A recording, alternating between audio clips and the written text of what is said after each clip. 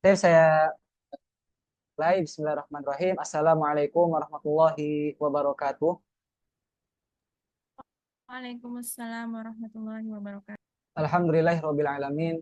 Wassalatu wassalamu ala asyrafil anbiya wal mursalin wa ala alihi wa ashabihi ajmain. Amma ba'du.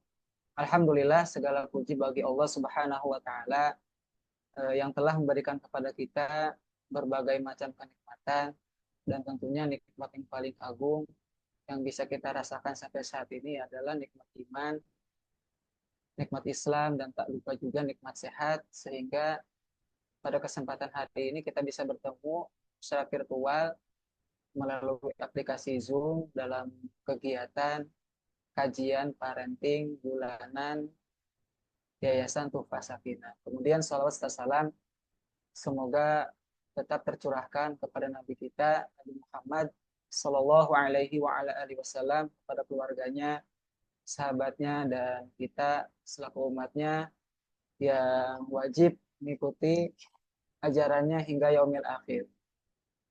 Eh, Sebelumnya saya mau tes lagi nih, suara saya jelas nggak Bu? Atau Pak? Jelas ya? Jelas. Heeh. Karena ada yang komplain soalnya suaranya kecil gitu. Tapi insya Allah pada kegiatan kajian planning hari ini, sebelum kita mulai, mari sama-sama kita membaca basmalah. Bismillahirrahmanirrahim. Kemudian selanjutnya, agar kajian parenting kita ditambah keberkahannya oleh Allah Subhanahu wa taala, mari kita sama-sama mendengarkan lantunan ayat suci Al-Qur'an yang akan dibacakan oleh Ustadz Arba Fauzan Robbani. Kepada beliau kami persilahkan. Bismillahirrahmanirrahim. Assalamualaikum warahmatullahi wabarakatuh.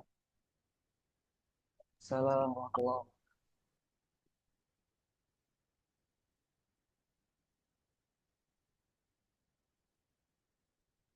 A'udzu billahi minasy syaithanir rajim. Bismillahirrahmanirrahim. ولقد آتينا لقمان الحكمة أن اشكر لله ومن يشكر فإنما يشكر لنفسه ومن كفر فإن الله غني حميد وإذ قال لقمان لابنه وهو يعظه يا بني لا تشرك بالله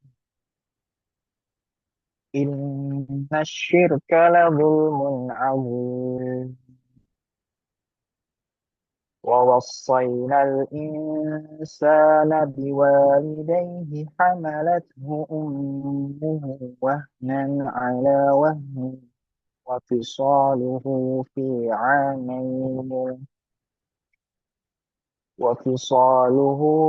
عامين أن اشكر لي ولوالديك إلي المصير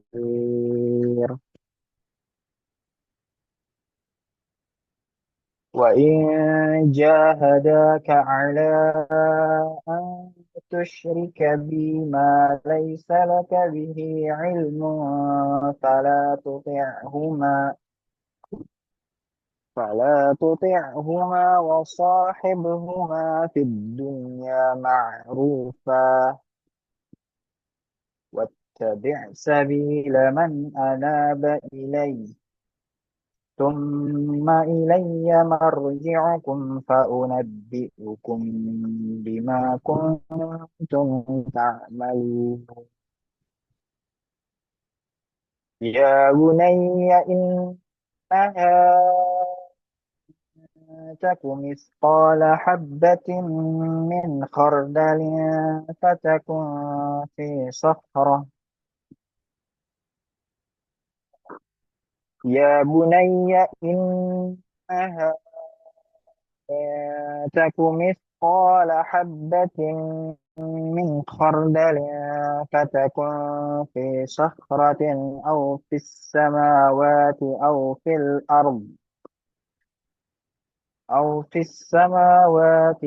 في الأرض يأتي بها الله إن الله لطيف خبير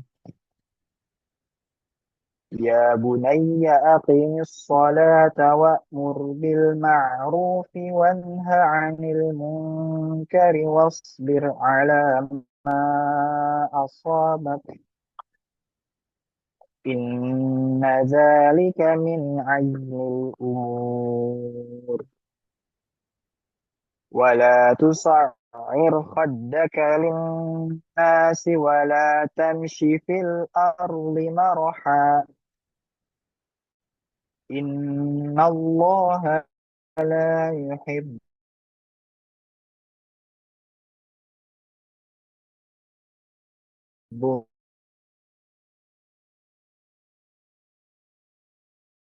كل مختلف إن الحميد السلام عليكم ورحمة الله. Waalaikumsalam warahmatullahi wabarakatuh. Masya Allah, syukran jazakallah khairan kepada Ustaz Abah yang telah menerangkan isi Al-Quran. Semoga menambah semangat kita dalam mengikuti kajian parenting kali ini. Kemudian Bapak Ibu wali murid TK dan SD Tufa Sakinah, tibalah kita pada acara inti yaitu kajian parenting. Namun sebelumnya izinkan saya untuk membacakan profil singkat terkait narasumber kita pada kesempatan kali ini. Nanti insya Allah narasumber kita yaitu Ustazah Anggerina Nurtriana. Beliau lahir di Jakarta 28 Desember tahun 1965 dan pendidikan beliau di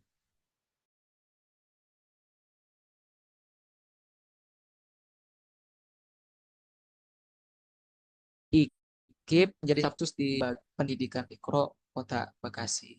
Tapi itu profil singkat terkait narasumber kita untuk kajian parenting kali ini. Kemudian tidak berlama-lama lagi, mari kita simak ilmu yang akan disampaikan oleh Ustazah Anggerina Nurtriana dengan tema pengasuhan sesuai keimanan kepada beliau waktu dan layar kami. Ya, Bismillahirrahmanirrahim. Assalamualaikum warahmatullahi wabarakatuh. Wabarakatuh. Suara saya jelas terdengar, Eh, Bapak Ibu.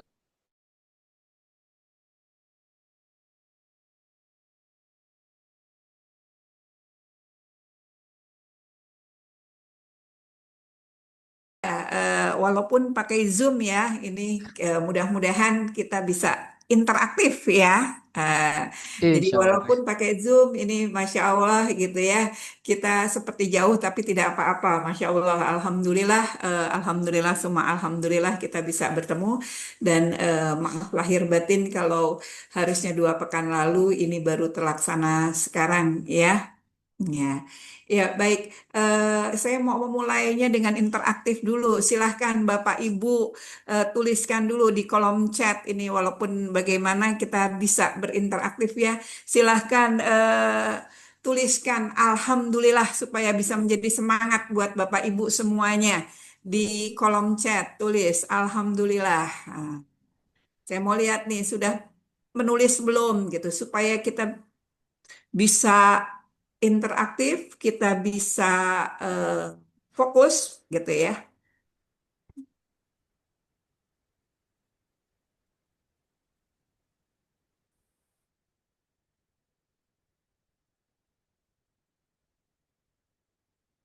Iya,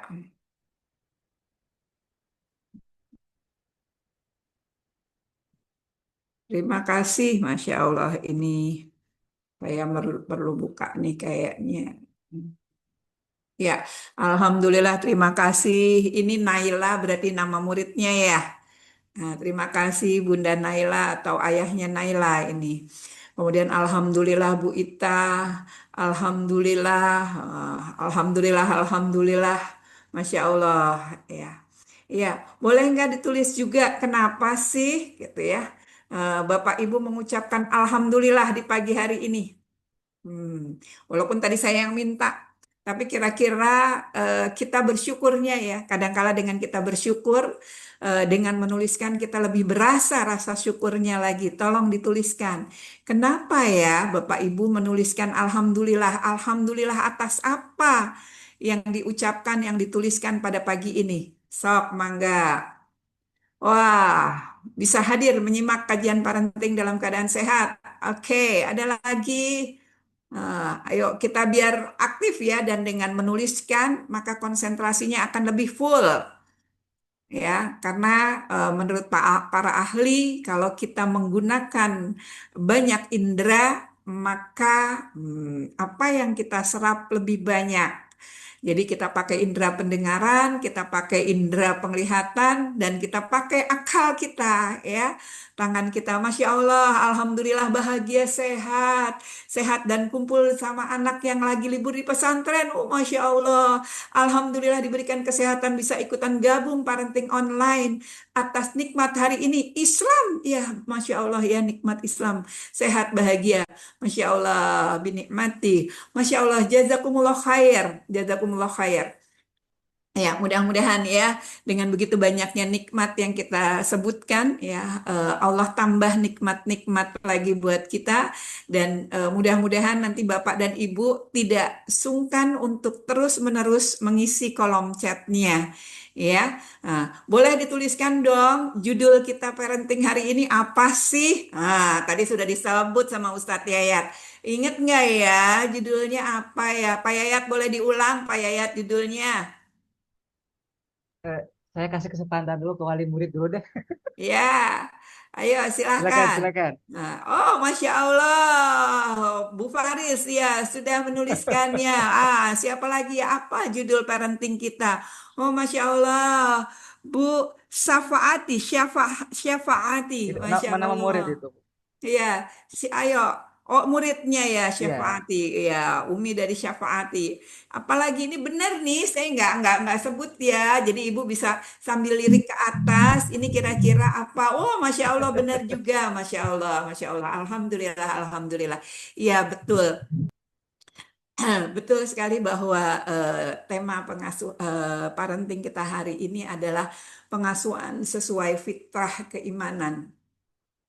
Apa sih fitrah itu? Hmm, Apa yang Bapak Ibu tahu tentang fitrah? Coba mangga ditulis.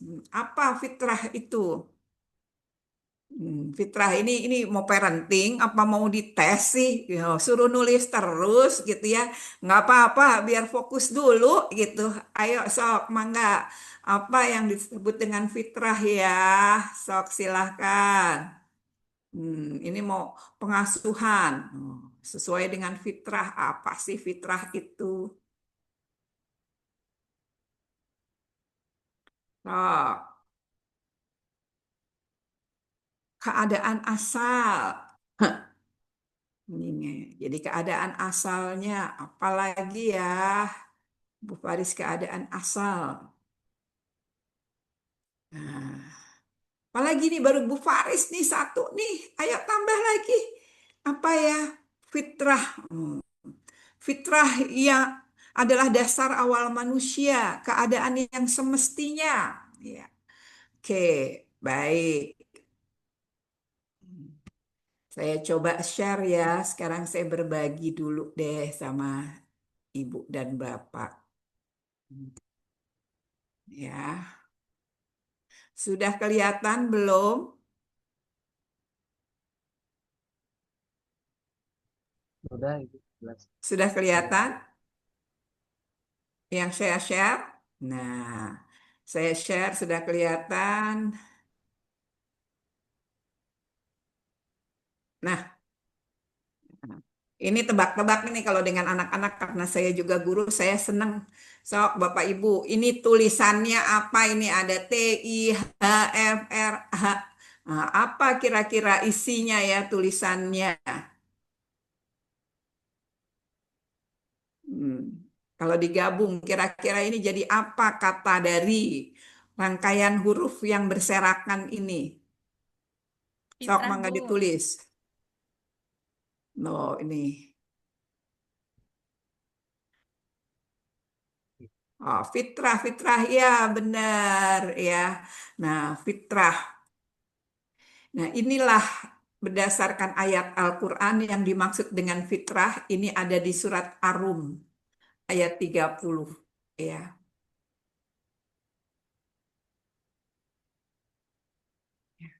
Siapa yang bisa bantu bacakan apa yang tertulis di surat Ayub Ar-Rum ayat 30 ini?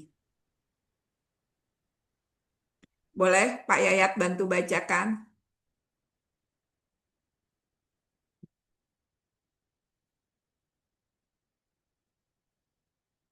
Maka hadapkanlah wajahmu dengan lurus kepada agama Allah. Tetaplah atas fitrah Allah yang telah menciptakan manusia menurut fitrah itu. Tidak ada perubahan pada fitrah Allah. Itulah agama yang lurus. Tetapi kebanyakan Iya. Jadi fitrah itu adalah jadinya apa dong? Nah, tidak ada perubahan pada fitrah Allah. Itulah agama yang lurus, tetapi kebanyakan manusia tidak mengetahui. Kalau gitu, pengasuhan sesuai fitrah berarti pengasuhan sesuai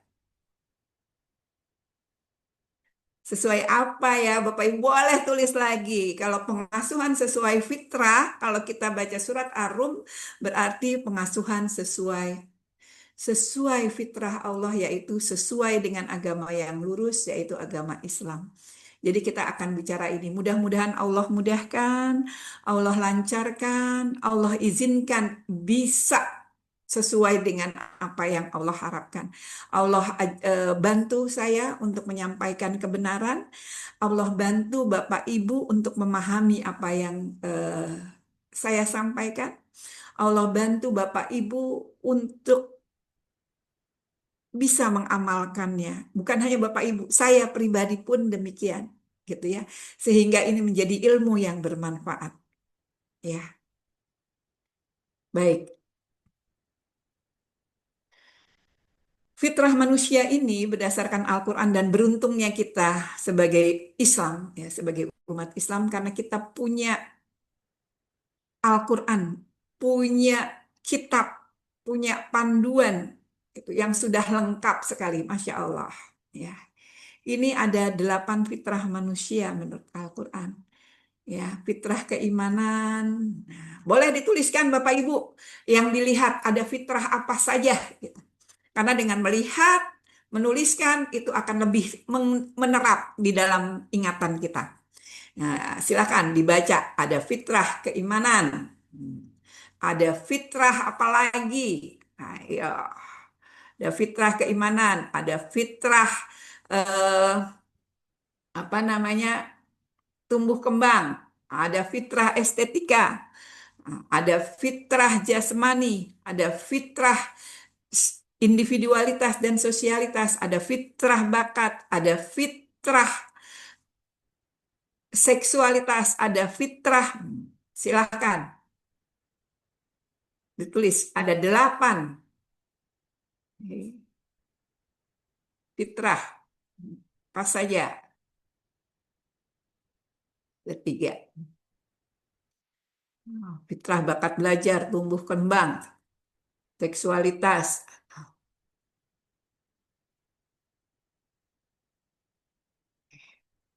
Ya. Nah, yang kita akan pelajari, yang akan kita bahas bersama-sama, yang akan kita sharing bersama-sama, saya lebih suka sharing ya, karena saya yakin Bapak Ibu lebih memahami, juga punya pengalaman-pengalaman yang luar biasa, yaitu tentang pengasuhan sesuai dengan fitrah keimanannya. Bagaimana kita coba, karena setiap eh, kita manusia ketika dilahirkan ini sudah ada fitrahnya, fitrah keimanannya, yaitu di Al-A'raf 172. Dan ingatlah ketika Tuhanmu mengeluarkan keturunan anak-anak Adam dari sulbi mereka, Allah mengambil kesaksian terhadap jiwa mereka seraya berfirman, "Bukankah aku ini Tuhanmu?" Mereka menjawab, "Betul, Engkau Tuhan kami. Kami menjadi saksi." Jadi ketika kita masih di dalam, kita sudah punya janji dengan Allah. Ya, kami lakukan yang dengan itu agar di hari kiamat kamu tidak mengatakan, "Sesungguhnya kami Bani Adam adalah orang-orang yang lengah terhadap ini." Jadi Masya Allah, ya, dari kita dalam sulbi ini sudah ada janji dengan Allah bahwa kita mengesahkan Allah. Dan ini pentingnya, bagaimana sih sebenarnya kita mencoba menumbuhkan ini terus, menjaga ini terus sampai akhir hayat kita, kita tetap berada dalam keimanan. Kita tetap mengesahkan Allah. Ya, mudah-mudahan Allah izinkan kita selalu berada dalam keimanan. Dan bagaimana kita mengenalkan, karena ini sudah ada sebenarnya. Sudah ada, tinggal dimunculkan. Dimunculkan di hadapan anak-anak, ditumbuhkan, dikembangkan, dikokohkan. Sehingga ini berada di dalam hati mereka, mereka punya keyakinan yang dahsyat tentang Allah, tentang Rasulullah, tentang Islam. Ya. Dan kalau kita lihat, mungkin teman-teman Allahu alam ya, sudah pernah sering dengar belum bahwa menurut Al-Quran ada beberapa tahap perkembangan. Ya. Tahap perkembangan yang pertama itu adalah 0-2 tahun. Ya. Ini di Al-Quran juga sudah dikatakan, susuilah anakmu sampai usia 2 tahun. Masya Allah, ini sampai sedemikiannya Allah memerintahkan. Dan sebenarnya dengan kita menyusui anak gitu ya, di usia 0 sampai 2 tahun, itu sudah menumbuhkan kepada anak-anak tentang keimanan. Apakah seorang ibu yang ketika dia belum hamil ada air susunya? Gak ada. Tapi Allah, Masya Allah, Allah luar biasa. Allah memberikan rezeki pada anak itu lewat ibunya. Dengan diberikannya air susu ya pada ibunya. Penuh susunya. Sehingga bisa dia minum sampai 2 tahun. Itu mau memperlihatkan, itu pengenalan penguatan awal karena sudah ada dari waktu lahir gitu ya, dari dalam sulbi tadi bahwa ada kesaksian janin bahwa kita bertuhan Allah. Maka kita bisa menanamkan, menguatkan lagi. Masya Allah, nah air susu ibu banyak, padahal dulu nggak ada. Tapi semakin kamu hisap, semakin banyak air susunya. Nah, Masya Allah, Allah baik banget ya. Kenalkan itu. Kenalkan itu, kita akan menguatkan keimanan anak-anak kita. Gitu ya. Dengan pendengaran-pendengaran. Ya, Allah Maha Kuasa sekali ya. Dulunya nggak ada loh, nak. Gitu. Ya. Allah sudah merencanakannya dengan luar biasa. Ketika hamil mulai ada ini. Diisi. Masya Allah, begitu kamu lahir, bisa dinikmati. Allah baik sekali ya nak ya. Alhamdulillah. Itu sambil bayinya disentuh. Ya, sambil bayinya dipandang, ditatap dengan penuh kasih sayang. Allah minta itu 2 tahun. Allah ngajarkan itu kepada ibu-ibu. Tanamkan itu, ikatannya luar biasa antara ibu dengan anak. Makanya kalau anak sakit ibu suka berasa segala macam. Itu karena ikatan itu diberikan. Ya. Jadi Masya Allah, sekarang program ASI eksklusif. Nah, tapi please sekali, ketika 0-2 tahun ini menyusukannya bukan berarti dipompa, dipamping, disimpan, terus diberikan. Kenapa? Karena siapa yang memberi susunya itu menghadirkan hati dengan sentuhan, dengan pandangan, itu yang akan melekat pada anak. Kalau itu dengan ibunya, langsung ada bonding. Penanaman-penanaman itu makin dahsyat. Hubungan itu akan luar biasa. Tetapi kalau digantikan, tapi tidak apa kalau baru mampunya, baru pakai botol. Karena kesibukannya bekerja segala macam. Tapi mintakan, pilihkan orang yang mengasuhnya lebih baik. Seperti Rasulullah itu sudah dipersiapkan oleh Allah. Ya, wanita-wanita yang menyusuinya. Dan Rasulullah itu disusuinya adalah di Bani Sa'ad, di daerah yang masih suci, yang bersih udaranya. Sehingga itu menjadi kekuatan buat Rasulullah. Ya, apa yang dihirupnya. Jadi 0-2 tahun ini adalah tahapan pertama ketika kita menumbuhkan keimanan kepada anak-anak kita. Mengokohkan, menguatkan apa yang sudah ada. Masya Allah ya nak, kamu menikmati rizki dari Allah. Bunda nggak perlu repot masak, nggak perlu apa, sudah ada. Ya, betapa luar biasanya Allah. Bunda baru melahirkan kamu, masih capek, masih, tapi Allah sudah kasih biar Bunda tetap dekat dengan kamu. Lalu ada lanjutannya, 3-6 tahun. Kenapa? Karena ada hadisnya yang tentang 7 tahun. Jadi ini sebenarnya 36 atau 37 gitu ya. Jadi 27.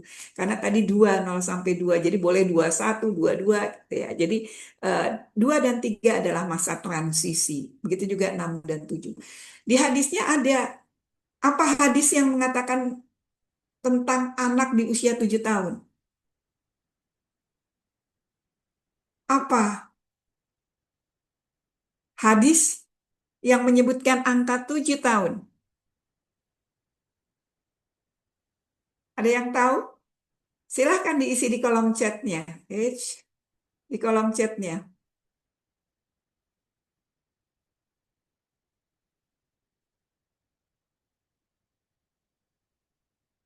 Ya, benar. Adalah tentang didiklah anakmu, ajarlah anakmu untuk sholat. Jadi ini untuk sholatnya disuruh ngajarinnya di usia 7 tahun. Berarti sebelum 7 tahun, itu anak diapakan dulu. Diapakan dulu. Nah, keimanannya dulu. Ini adalah tahapan emas untuk mengenalkan Allah walaupun tadi sudah di dalam sulbinya sudah ada janji dia dengan Allah. Kita semua sudah berjanji. Tapi begitu kita lahir, kita mulai lagi dikenalkannya pada yang lebih nyata. Walaupun Allah itu gaib, ya. Tapi mengenalkan Allah, Rasulullah, dan kebaikan-kebaikan Islam melalui kisah. Jadi sering memperdengarkan kisah-kisah sahabat. Kisah-kisah Rasulullah, walaupun mungkin belum tahu.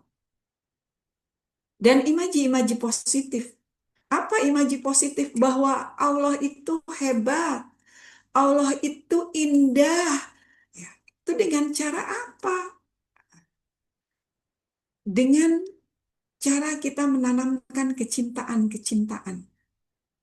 Ya. Jadi kita berikan kepada anak kita adalah cinta sebelum Islam, iman sebelum amal. Tumbuhkan itu ketika 36. Gimana menumbuhkannya cintanya? Dengan menyebutkan ini, nah saya kasih backgroundnya ya. Backdropnya ini adalah anak yang sedang melihat pelangi.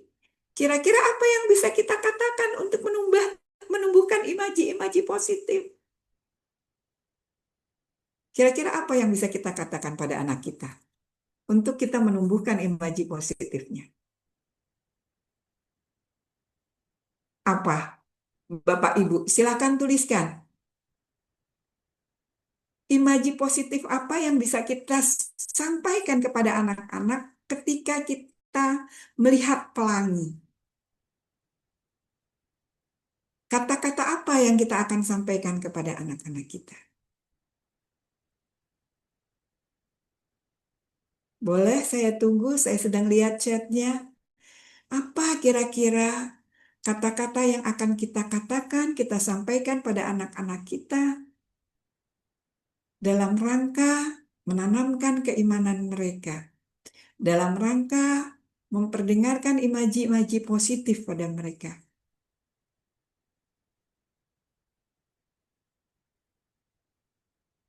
Yuk, saya masih lihat nih. Ada yang sudah menuliskan? Wah, lukisan Allah di langit indah sekali ya. Allah suka keindahan. Masya Allah, Bu Faris. Ayo, siapa lagi? Betul. Lukisan Allah di langit indah sekali. Masya Allah. Apa yang bisa kita katakan? Masya Allah, ada apa itu di langit? Siapa yang memberi warna? Oh, Masya Allah ya. Warna-warna. Allah memiliki warna-warna yang luar biasa. Warna-warninya indah. Banyak penuh warna. Habibi. Habib. Ya. Masya Allah. Lihat baik. Indah sekali ya di antara awan. Bagaimana perasaan anak ketika melihat itu? Bagaimana perasaan kita sendiri ketika kita melihat langit yang ada pelanginya? Mana yang lebih bergetar hati kita, mana yang lebih senang kita ketika kita melihat itu, atau sekedar menyanyi, pelangi-pelangi, alangkah indahmu, atau ketika kita melihat pelangi sesungguhnya. Ya, ini disertai ekspresi bahagia. Nyanyi sudah senang, tapi ketika kita melihat pelangi sungguhan, kita pasti akan ada ekspresi yang luar biasa ya Bu Faris. Lihat, Masya Allah, ada pelangi. Wow, coba lihat itu. Gitu. Jadi itu akan menumbuhkan ekspresi-ekspresi pada anak. Iya ya, kok bisa? Kok ada pelangi? Iya, kenapa ya? Menumbuhkan rasa-rasa ingin tahu pada anak. Siapa yang menciptakan? Jadi kalau dilakukan itu sudah, tapi kita lihatkan, kita perlihatkan pada anak-anak. Bagaimana kita mengkontekskan, bagaimana kita menghubungkan selalu apa yang kita lihat, apa yang kita rasakan dengan Allah. Ya. Jadi ini menjadi bagian dan betapa pentingnya ketika 3 sampai 6 tahun ini kita harus banyak membawa anak-anak kita keluar. Melihat keindahan-keindahan yang Allah ciptakan. Melihat alam. Melihat perbedaan langit. Itu kita baru bilang pelangi. Padahal kalau kita lihat langitnya itu ada berapa warna. Kalau kita lihat langitnya, bentuknya beda-beda ya. Wah, itu ada warna biru yang lebih tua. Wah, sehingga akhirnya ketika anak-anak menggambar, melukiskan indahnya, itu dia sudah punya bayangan. Dan dia akan merasa bahwa lukisan Allah jauh-jauh lebih indah dari lukisan siapapun. Seorang maestro. Lukisan Allah itu lebih indah. Bisa dilihat lagi rumputnya. Masya Allah. Bentuknya. Warna di rumputnya. Ada yang hijaunya hijau tua, hijau muda. Bagaimana kita dengan membawa anak-anak kita ke alam, kita akan mengenalkan keimanan kita pada anak-anak, kita akan mengenalkan warna, kita akan mengenalkan banyak hal sekali. Maka ketika 3-6 tahun perbanyaklah anak-anak kita di alam. Kenalkan itu.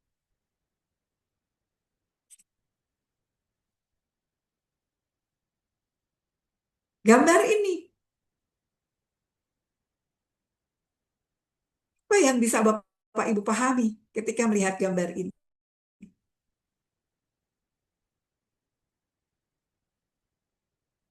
Silakan boleh ditulis lagi apa yang Bapak Ibu pahami ketika melihat gambar ini.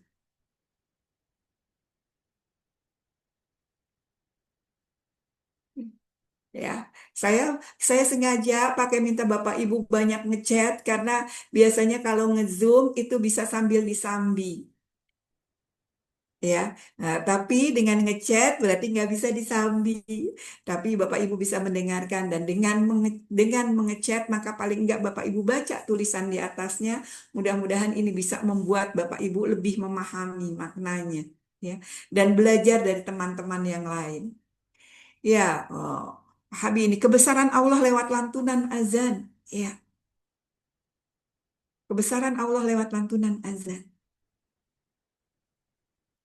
Bapak Ibu bisa lihat bagaimana kita mengajarkan anak kita mendengarkan, suara apa itu?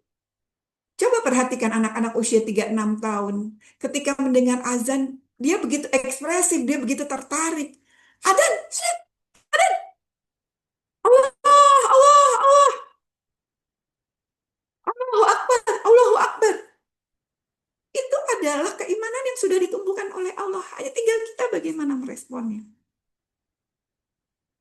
Peluk anak, gendong, perdengarkan. Kita bilang, Masya Allah, azan ya nak. Ih, suaranya. Jadi betul keindahan kelembutan azan. Kita peluk anak, kita dengarkan sama-sama. Masya Allah, suara azannya begitu indah ya nak ya. Allah panggil kita untuk sholat ya nak ya. Itu panggilan apa? Panggilan sholat. Jadi dihubungkan selalu dengan Allah. Apa yang didengar, apa yang dilihat. Sehingga tanpa sadar kita sudah menanamkan itu pada anak-anak untuk kalau dengar azan adalah siap-siap sholat. Bukan dengar azan, ibunya malah ke dapur. Bapaknya malah pegang koran. Konteksnya nanti nggak sama. Anak sedang merekam apa yang dia lihatnya, apa yang didengarnya, itu dihubung-hubungkan. Kalau dia mendengar azan lalu dia mendapat pelukan ibunya, oh azan itu semakin menyenangkan. Ibunya mengatakan, Masya Allah, suara azannya indah sekali, merdu sekali. Kita dipanggil oleh Allah untuk sholat. Bapak-bapak jangan bangun, sholat. Azan tuh. Keindahan azannya jadi hilang. Oleh karena itu penanaman kepada anak 3-6 tahun, jadi dengan kelembutan, dengan penuh kasih sayang. Tangki cintanya kita isi. Masya Allah, Allah udah manggil kita nak. Allah ngingetin kita nak. Allah suruh kita berwuduk biar seger. Ini mukanya bunda udah kucel nih. Oh dari tadi udah kena asap di dapur. Oh dari tadi udah. Nah gitu. Sekarang disuruh sama Allah disegarkan. Suruh istirahat sebentar. Suruh relaksasi. Kalimat itu dimunculkan kepada anak-anak akan merasa bahwa azan itu indah. Sholat itu menyenangkan. Sholat itu adalah kasih sayang Allah.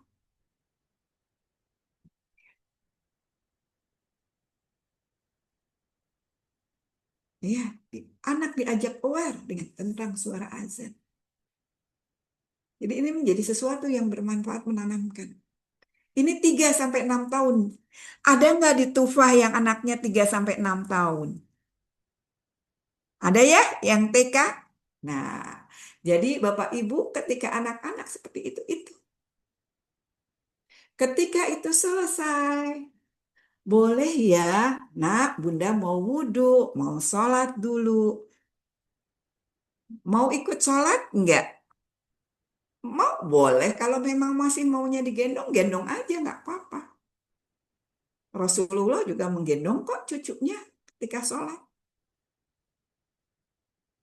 Ya. Jangan sholat itu justru pinggir sana, bunda mau sholat, ibu semua sholat, pinggir. Jangan ganggu ya.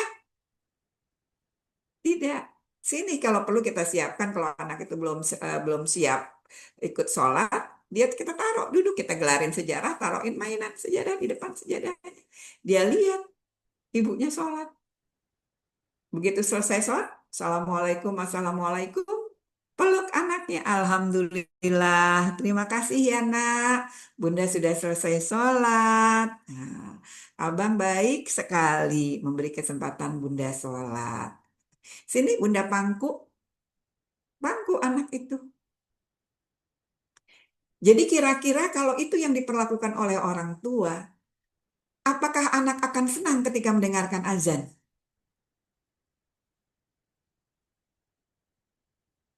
Ketika azan berkumandang, dia kan, "Yes, sebentar lagi aku digendong sama Bunda. Sebentar lagi aku akan ditaruh di sejadah, aku akan ditaruh mainan. Begitu Bunda selesai sholat, aku dicium, aku dipangku." Ketika zikir, kita berdoa, anak itu dipangku. Begitu ditunggu-tunggunya azan. Begitu diharapkannya azan. Kenapa? Karena anak merasakan dampak dari azan, dampak dari sholat. Jadi penuhi itu. Ya, ini apa yang akan ibu bapak lakukan kalau misalnya ada anak usia 3, 4, 5, 6 tahun naik-naik, ya, naik ke kursi, naik ke teralis, naik ke meja, gitu, naik ke lemari. Apa yang akan bapak ibu lakukan? Melarangnya, membiarkannya? Fitrah anak ini dalam tumbuh kembang memang senang manja. Dia butuh itu. Penuhi. Bukan dibiarkan. Dibiarkan salah. Ya, kalau dibiarkan itu adalah salah. Ya. Jadi kalau dibiarkan itu sesuatu yang kita membiarkan kesalahan anak. Ya. Jangan dibiarkan. Lakukan. Nah, diberi kesempatan sambil diawasi. Ya, Bapak Ibu, anak ini sebenarnya kebutuhannya apa? Kebutuhannya manjat, dia mau menguatkan kakinya, mau menguatkan ototnya, dia pengen lihat dunia dari atas. Kita penuhi keinginannya dia, kebutuhannya dia. Dengan cara apa? Bawa dia ke alam. Kita katakan kalau tadi di meja ini, nah, itu meja untuk makan, untuk menyimpan makanan. Nah, itu kursi untuk duduk. Tapi kita bukan melarang-larang, kita kasih tahu yang sebenarnya. Karena kan kebenaran yang harus diajarkan. Benar kan? Kalau mau manjat, maka nak, kamu mau manjat? Yuk, Bunda aja, mana yang boleh dipanjat? Playground, mainan, silakan dipanjat. Di Tufah disediakan tempat kan untuk panjat-memanjat. Begitu mau masuk, ya, ada tempat untuk manjat-memanjat. Siapkan itu. Karena anak memang butuh. Dibiarkan salah. Karena itu bukan tempatnya. Ya. Kita harus konsisten ketika mengajarkan pada anak. Makanya kita katakan, nah, itu meja untuk menyimpan makanan. Nah, itu kursi untuk duduk. Kamu mau manjat-manjat? Ya. Pengen lebih tinggi ya? Yuk kita ke taman. Yuk kita ke ini. Ke hutan kota. Panjat pohon. Pohon memang untuk dipanjat, nak. Hati-hati ya. Kebutuhan dia menguatkan tangannya terpenuhi. Kebutuhan bermainnya terpenuhi. Kebutuhan bermainnya terpenuhi. Ya. Jadi boleh, bukan tidak boleh memanjat. Boleh, tapi di tempat yang benar. Ya. Begitu juga. Tapi gimana dong Bu kalau sudah malam? Oh udah nggak sabar ya. Besok pagi-pagi ya kita jalan. Kadangkala kita orang tua yang sudah terlalu lelah untuk mengajak anak jalan. Maka akhirnya dia di rumah yang kecil. Kenapa Rasulullah suka sekali? Ya, Islam mengajarkan kalau punya rumah, rumahnya harus luas halamannya. Terus kalau kita rumahnya triple SSS, bukan triple SS malah 5S, gimana? Oh, Masya Allah, sekarang banyak taman-taman di sekitar kita. Bawa aja anak kita ke taman. Ya, supaya aman orang tuanya ikut dan enak. Ya. Kenapa semakin banyak anak-anak yang main manjat-manjat di dalam rumah, manjat ini segala macam dari dulu ada, tapi tidak sebanyak sekarang. Karena kesempatan anak untuk memanjat, memenuhi kebutuhannya itu kurang terpenuhi di luar rumah. Alhamdulillah, mulai pemerintah DKI terutama, dan kita beruntung, kita dekat dengan DKI Jakarta. Di sekitar kita banyak taman. Ada taman piknik, ada taman Sundai, ada taman kembang sepatu, gitu ya. Ada taman cempaka, ada taman bambu. Anak mau guling-gulingan nggak usah jauh-jauh ke Bogor. Sekarang ada dekat-dekat kita, gitu. Ya, ada R Petra. R Petra itu playgroundnya banyak. Silahkan bawa, gitu ya. Di sekitar kita, 30 menit naik motor tuh banyak sekali. Ya, 30 menit naik motor tuh banyak sekali. Kita bawa anak-anak.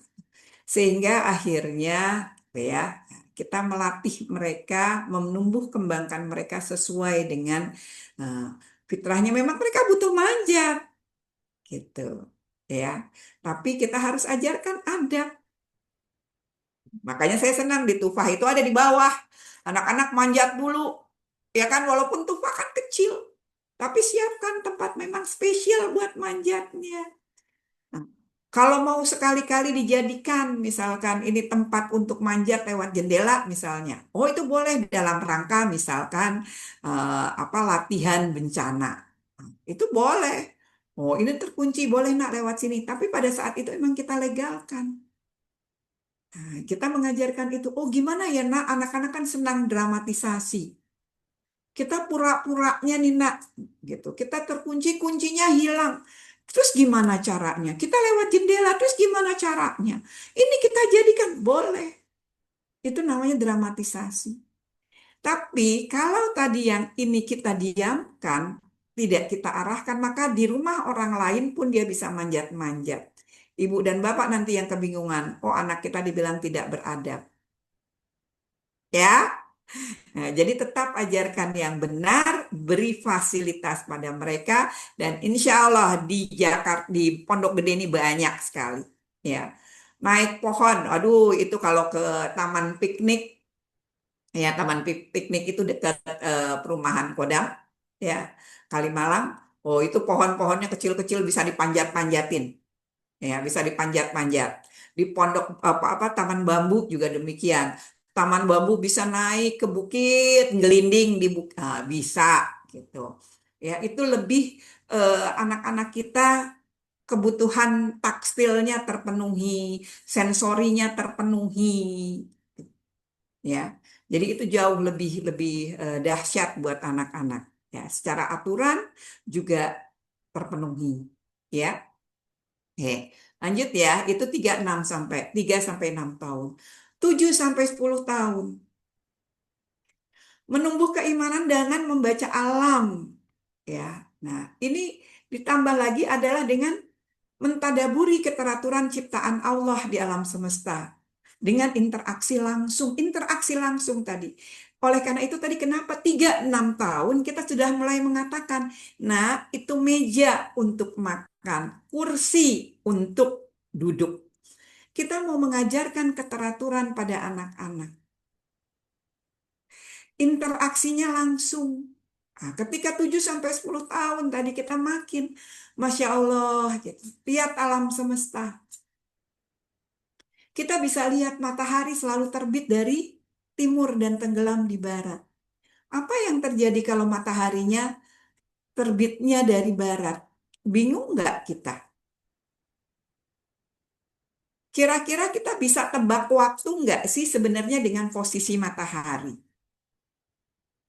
Masya Allah ya, Allah itu teratur sekali ya. Seperti di bulan September mulai tanggal 21, itu waktu siang dan malam itu sama. Ini mengajarkan anak untuk belajar membaca pola. Sehingga akhirnya jam-jam waktu subuhnya, waktu sholatnya, Nah, itu akan lama makin makin pagi sekali. Sekarang kita subuhnya sudah jam 4:20. Itu keteraturan terus, nanti balik lagi berpola. Itu kenapa? Ya, jadi itu pagi banget sih ya. Apa keuntungannya ya kalau subuhnya jam segini? Wah, Bunda yang enak, nggak terburu-buru masaknya. Kenapa? Karena jam sekolah masuknya jam 7. Bunda udah bangun dari jam 4. Terus Bunda siap-siap, oh kayaknya enak deh. Tapi kalau subuhnya jam 5 kurang, aduh rasanya lari-lari sekali. Belum selesai baca Quran, belum selesai zikir pagi, tahu-tahu sudah harus anaknya siap berangkat. Wah, masaknya kapan? Nah, itu jadi bagian yang kita ajarkan keteraturan. Nah, ini juga saya perlihatkan bagaimana di usia 7 sampai 10 tahun itu anak-anak sudah mulai tertarik terhadap planet. Nah, bagaimana berputarnya? Allah lah yang maha pembuat hukum, zat yang harus ditaati.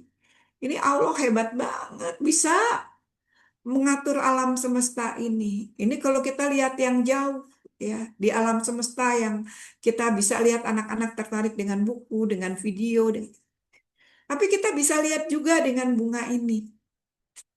Keteraturan. Adanya keteraturan di alam dan kehidupan. Keteraturannya indah dan sempurna. Ini jadi bahan obrolan dengan anak kita untuk menumbuhkan keimanan dan rasa percayanya dia pada Allah. Ya. Siapa ya ini yang membukakan bunga ini tadinya tuh mana ya awalnya? Oh, awalnya masih kuncup, masih kepala nunduknya ke bawah, tuh kan? Terus lama-lama naik, naik, naik, naik, mulai kelihatan warna ungu bunganya. Kira-kira warnanya apa ya? Bagaimana Allah menyusun mahkota bunga? Jadikanlah tadi interaksi dengan alam untuk menambahkan keyakinan, keimanan pada anak-anak kita. Masya Allah, ini lucu banget. Jadi kalau yang tadi alam semesta anak laki terutama yang ingin tahu, nah, ini anak perempuan. Dia makin lihat. Indah sekali ya. Wah, lihat. Tumpukannya bagaimana Allah menyusun tumpukannya ini bisa demikian cantik, indah. Bagaimana kecil, besar, besar, kecil lagi gitu. Wah, Masya Allah ya. Bayangkan kalau acak-acakan.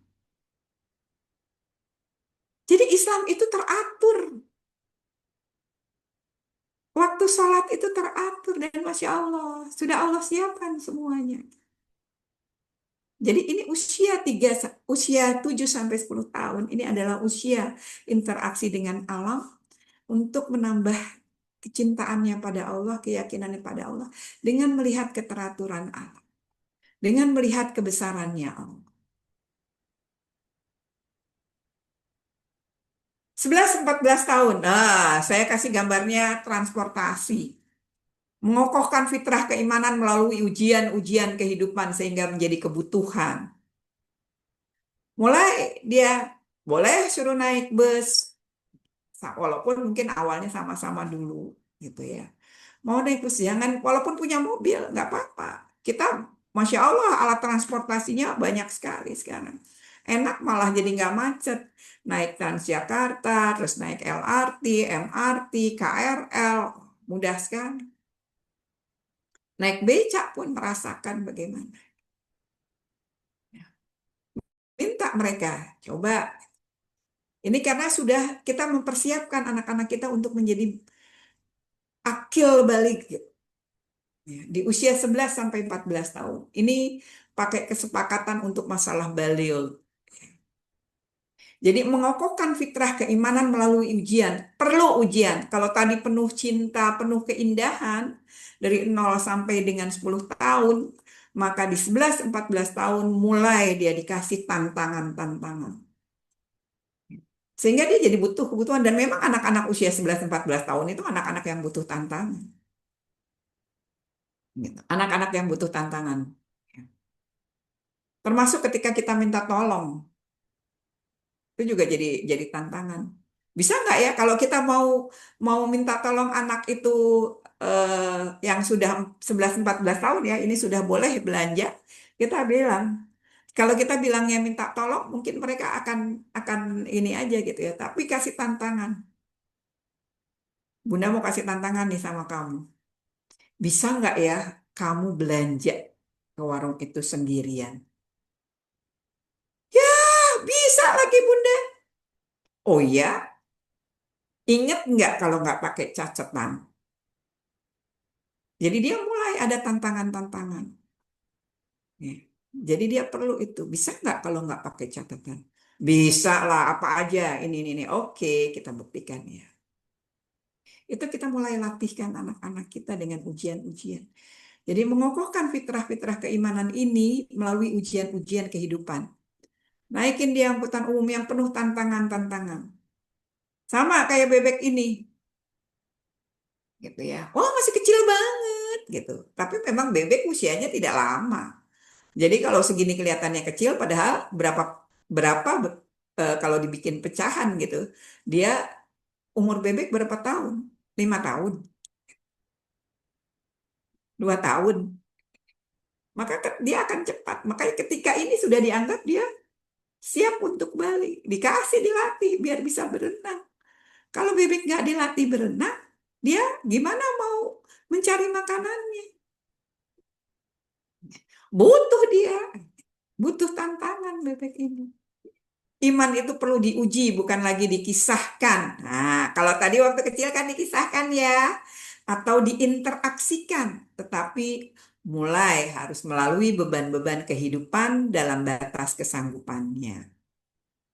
Ya, nah ini juga termasuk kalau misalnya minta tolong anak-anak untuk apa buang sampah, gitu ya. Wah, apa tuh? Sampah. Siapa nih yang mau dapat pahala duluan banyak-banyakan? Tuh, itu bisa. Nah, itu sampah. Nah, itu apa? Sampah. Tempatnya. Gimana? Siapa yang mau dapat pahala banyak? Ibu aja. Oh ya. Dan kalau anak sampai nantang seperti itu, kita boleh ambil terima kasih ya, nak. Kamu memberikan kesempatan pada ibu untuk punya pahala lebih banyak. Udah ambil enggak? Tapi kita jangan bosan gitu. Kita jangan bosan, kita tawarin lagi setiap kali kita melihat sampah. Setiap kali kita mau melakukan ini. Mau nggak nih ibu kasih tantangan? Itu ada sampah, mau ngambil nggak? Berani nggak ngambil sampah itu? Lagi main bola ada sampah. Berani nggak nih? Bisa ngambil, kita beri applause, kita kasih jempol, makasih ya. Hebat, kasih jempol. Hebat ya kamu bisa main bola sambil ngambil sampah. Wih, matanya double dia lihat sampah dan lihat bola. Bangga itu anak-anak SD. Ya. Jadi kasih tantangan-tantangan yang memang, jadi kita tanamkan itu pada anak-anak dan kita beri tantangan. Dan kalau dilihat bahwa Rasulullah itu sudah mulai magang berdagang bersama pamannya dan merantau ke Syam sejak usia 11 sampai 12 tahun. Jadi kasihlah tantangan-tantangan itu kepada anak-anak. Nah, tantangan melahirkan kematangan.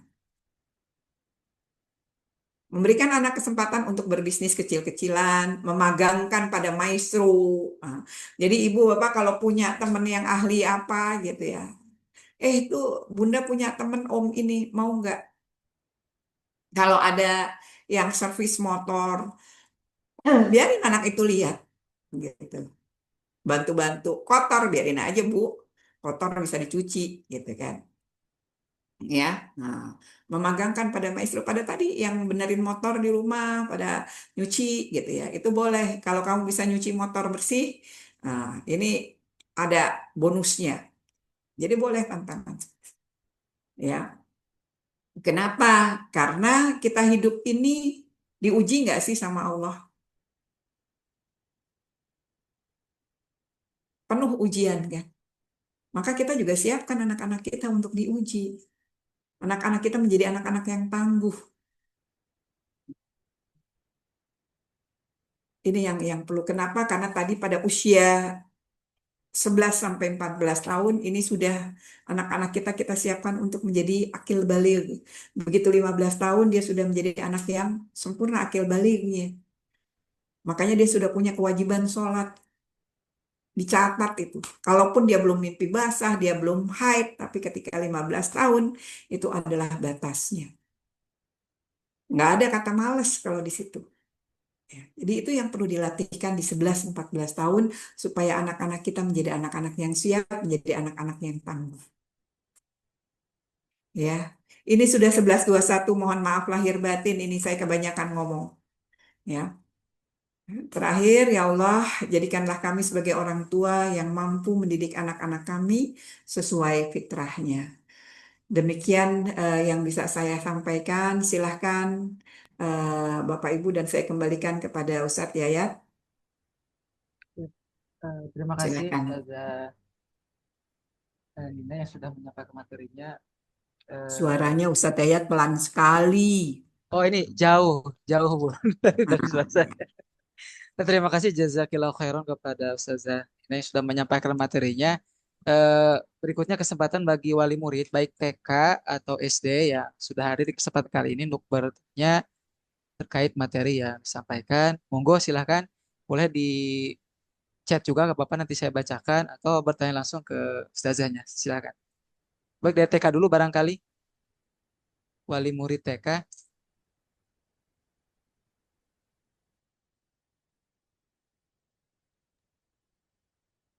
atau dari SD langsung saja tidak apa-apa. Dari wali murid SD barangkali ada yang ingin bertanya, kami persilahkan.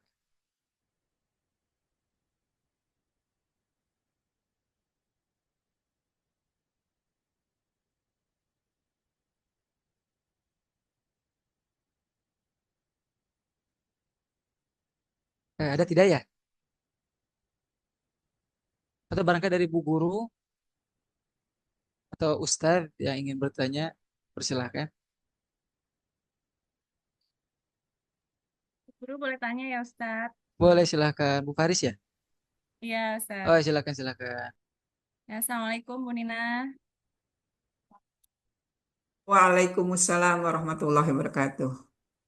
Ya, ini mau tanya tentang tadi yang tentang memberi tantangan ya Bu Nina. Kalau di sekolah itu kan beragam ya anak-anaknya, ada yang ketika diberi tantangan tuh langsung semangat, langsung mau, itu tuh lebih mudah kita mengajaknya. Tapi ada anak-anak yang ketika diberi tantangan itu malu atau langsung minder atau berpikir bahwa ah aku nggak bisa gitu. Itu gimana ya cara menyiasati supaya anak merasa tidak dipaksa tapi juga eh, tertantang gitu, seperti teman-temannya yang secara otomatis memang punya jiwa-jiwa tertantang yang tinggi gitu Bu Nina.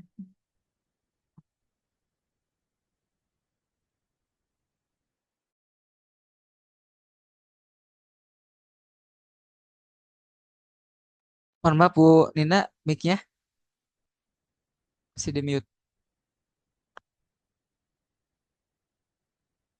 Iya, belum Bu Nina, belum.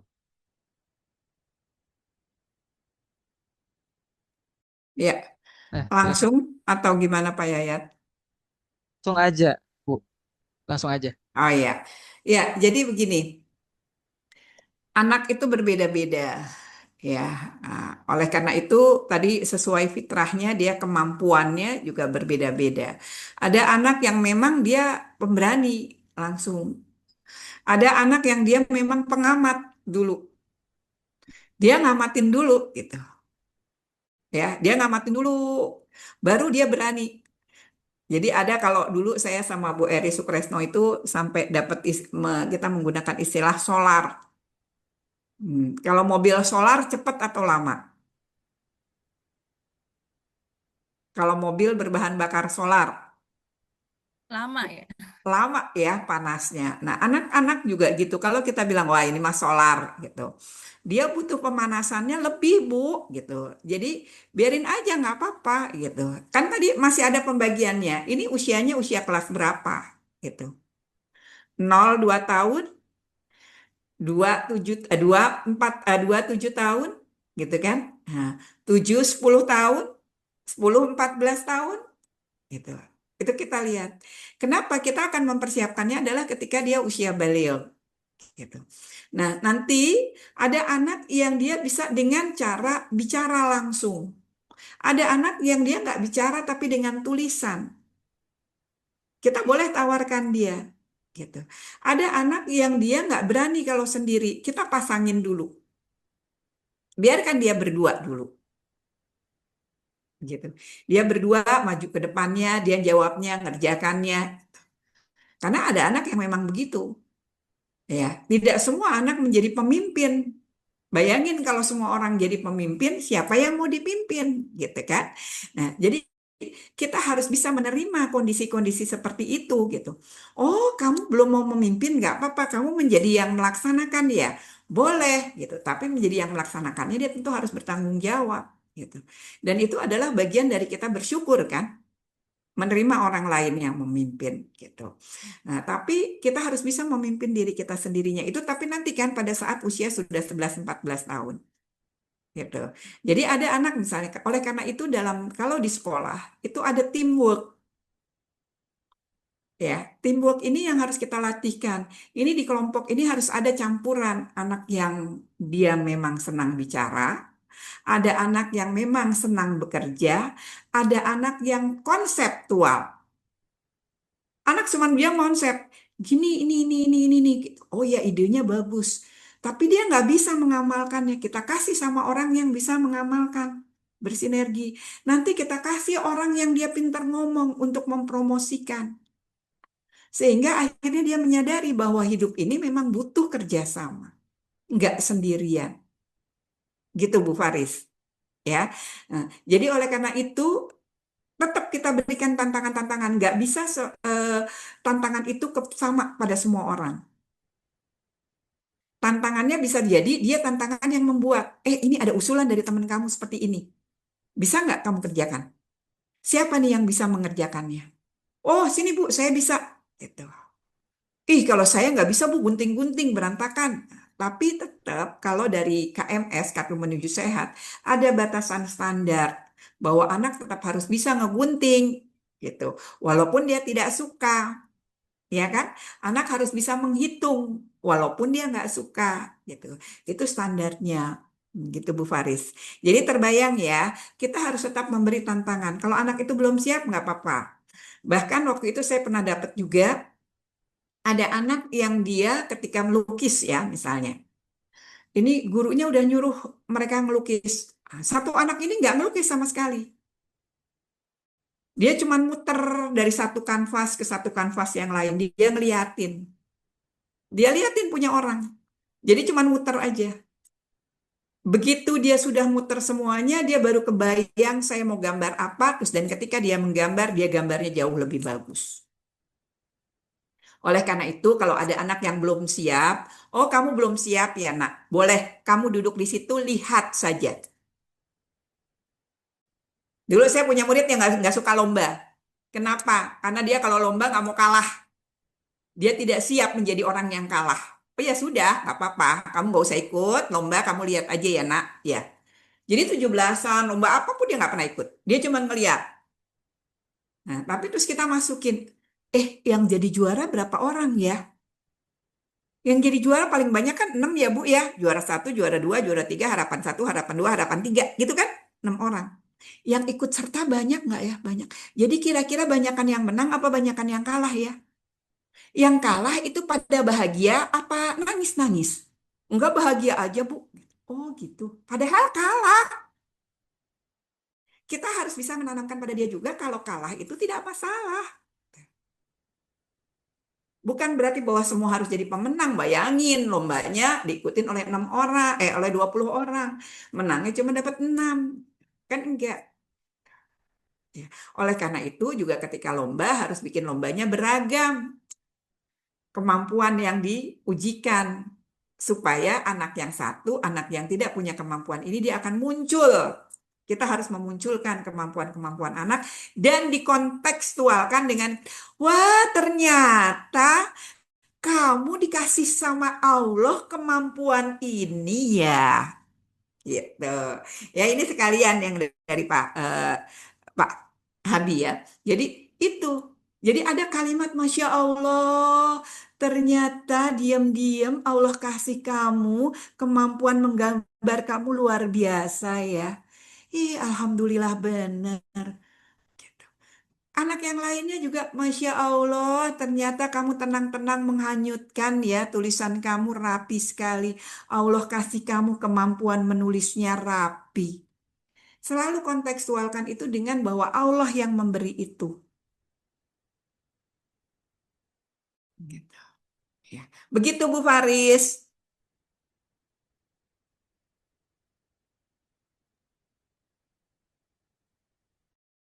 Sudah, Bu Faris bagaimana?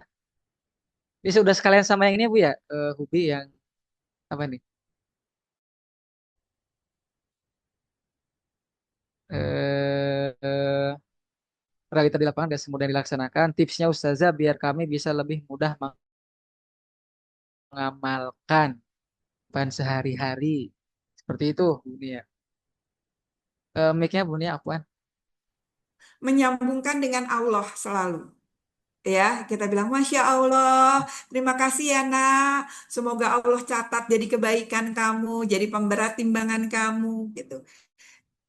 Ya, jadi kebaikan-kebaikan itu yang harus kita banyak sebutkan. Ya, kebaikan Allah itu pada usia sampai dengan tadi 10 tahun. Ya, jadi kitanya mulutnya agak lebay. Kalau Bu Nani Handayani gitu lebay, kita ya apa sih ya, kita memberikan tabungan anak-anak, tabungan tangkinya tuh supaya positifnya banyak. Kalau kita mau anak itu bisa memuji orang lah, kita kan pengen anak kita memuji Allah, ya kan?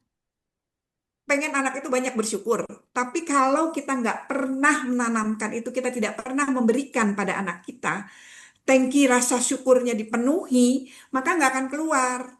Contoh misalnya ya, kita kita rekening ya, kita mau kita punya di tabungan di bank, kita punya atau di manalah kita nabung gitu ya.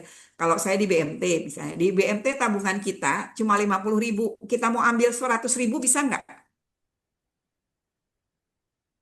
Nggak bisa kan? Nah, gimana caranya supaya kita bisa ngambil 100.000? Maka tabungan di BMT dibuat lebih dari 100.000. Ini analoginya, kalau kita pengen anak kita banyak memuji Allah, maka tabungan ke anak kita itu harus banyak pujian kepada Allah. Paham maksudnya? Ya, jadi kita harus bilang, Masya Allah, Alhamdulillah nak, kamu dikasih Allah kelebihan ini.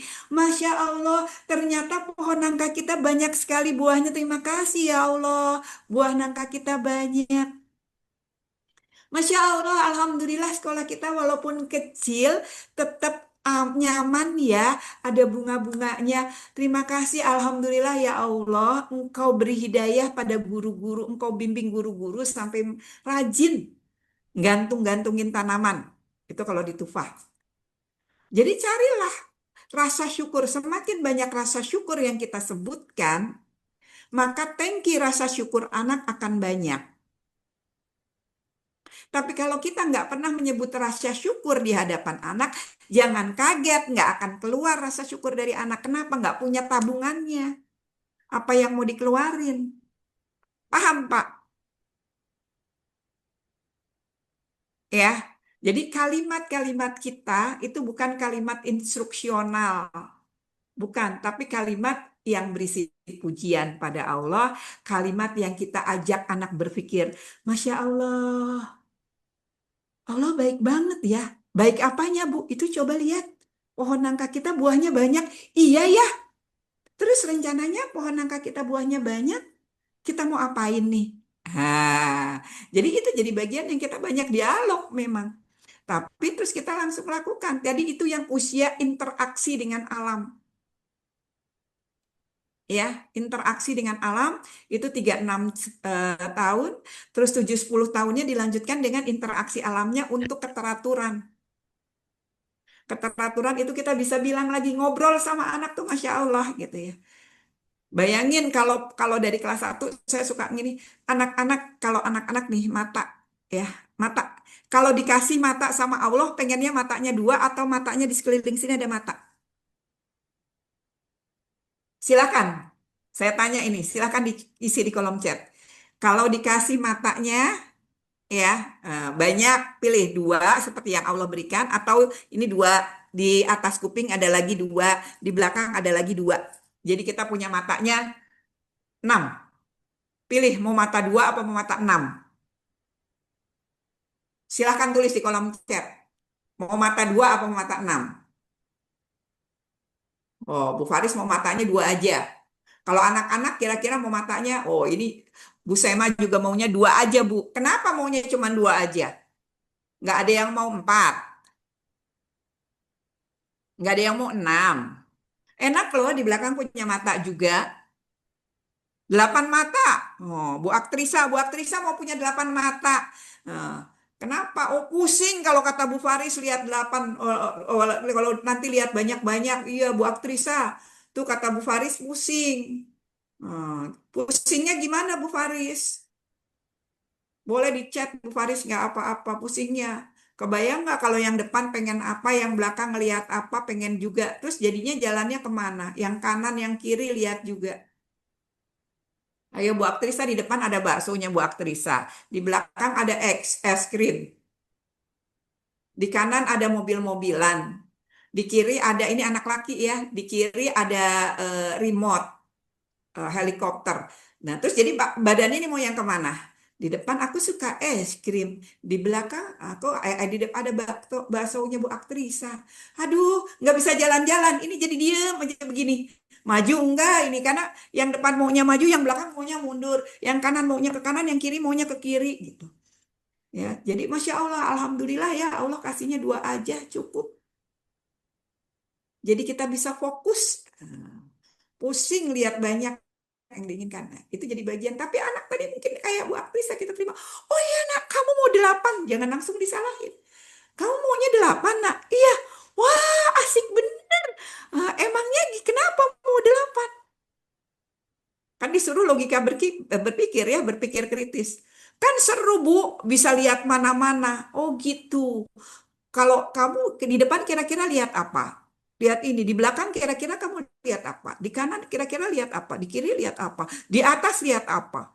Terus jadi gimana? Hah, bingungan. Nah, anak jawab gitu. Jadi alhamdulillah ya nak, Allah kasih kita 2 mata. Ya, kalau ditambah 2 lagi kacamata aja, jadi makin ganteng gitu. Ya, jadi itu jadi bagian yang kita bisa ngobrol sama Allah. Nah, nanti Pak Guru yang pakai kacamata bisa, tapi capek pakai kacamata di sininya. Oh gitu. Oh, ternyata ciptaan Allah memang lebih sempurna ya. Oke, kalau gitu kita jaga yuk mata kita yang dikasih Allah supaya sehat terus-menerus. Gimana caranya supaya mata kita sehat? Nah, itu di kelas, itu di rumah gitu. Ya, jadi menjaga kesehatan mata itu adalah bentuk mensyukurinya. Gitu. 2 aja, banyak check out, banyak check out. Kalau 8 takut kalap, wah pegang handphone semua, kebayang nggak tuh 8 gitu ya? Aduh, Masya Allah. Alhamdulillah 2 sempurna dari Allah. Jadi kita berharap bahwa anak-anak akan mengatakan bahwa 2 cukup Bu. Oh, Allah tuh baik banget, Allah itu sempurna. Jadi kontekskan, hubungkan selalu dengan Allah. Koneksikan dengan Allah. Gitu ya. Oke, udah mau zuhur, Tadi ya, alhamdulillah, Masya Allah. terima kasih Bu Nina atas jawabannya. Nah, mungkin cukup untuk wali murid TK dan SD pertanyaannya, semoga yang tadi disampaikan benar mewakili barangkali ada pertanyaan yang sama, dan kalaupun ada pertanyaan yang baru muncul karena waktunya wah, sudah habis, misalnya di kajian parenting berikutnya atau nanti bisa minta nomornya Bu Nina Bu ya buat tanya-tanya seperti itu. Tapi alhamdulillah kita sudah berada di ujung kegiatan hari ini. Kemudian saya ucapkan sekali lagi terima kasih jazakillah khairan Bu Nina atas ilmu yang sudah disampaikan. Semoga Bu Nina dan keluarga Allah panjangkan umurnya dalam ketaatan keberkahan. Semoga Allah sehatkan Bu Nina dan keluarga. Dan juga tak lupa kami sampaikan ucapan terima kasih juga kepada wali murid TK dan SD yang sudah hadir pada kegiatan parenting online pada kesempatan hari ini. Semoga Allah membalas waktu yang sudah diluangkan dengan keberkahan dan tentunya kebaikan di dunia dan di akhirat. Sebelum kita tutup, mungkin di foto dulu ya Ustadz Syahidun sebentar sebagai apa dokumentasi. Terus sekali lagi terima kasih buat semuanya. Mungkin ini saja yang bisa kita adakan untuk kegiatan parenting hari ini. Saya sebagai MC kurang lebihnya mohon maaf atas segala kekeliruan. Mari kita tutup membaca doa kafaratul majelis. Subhanakallahumma bihamdika asyhadu an la ilaha illa anta astaghfiruka wa atubu ilaik. Walafu minkum. Assalamualaikum warahmatullahi wabarakatuh. Waalaikumsalam. Waalaikumsalam warahmatullahi wabarakatuh.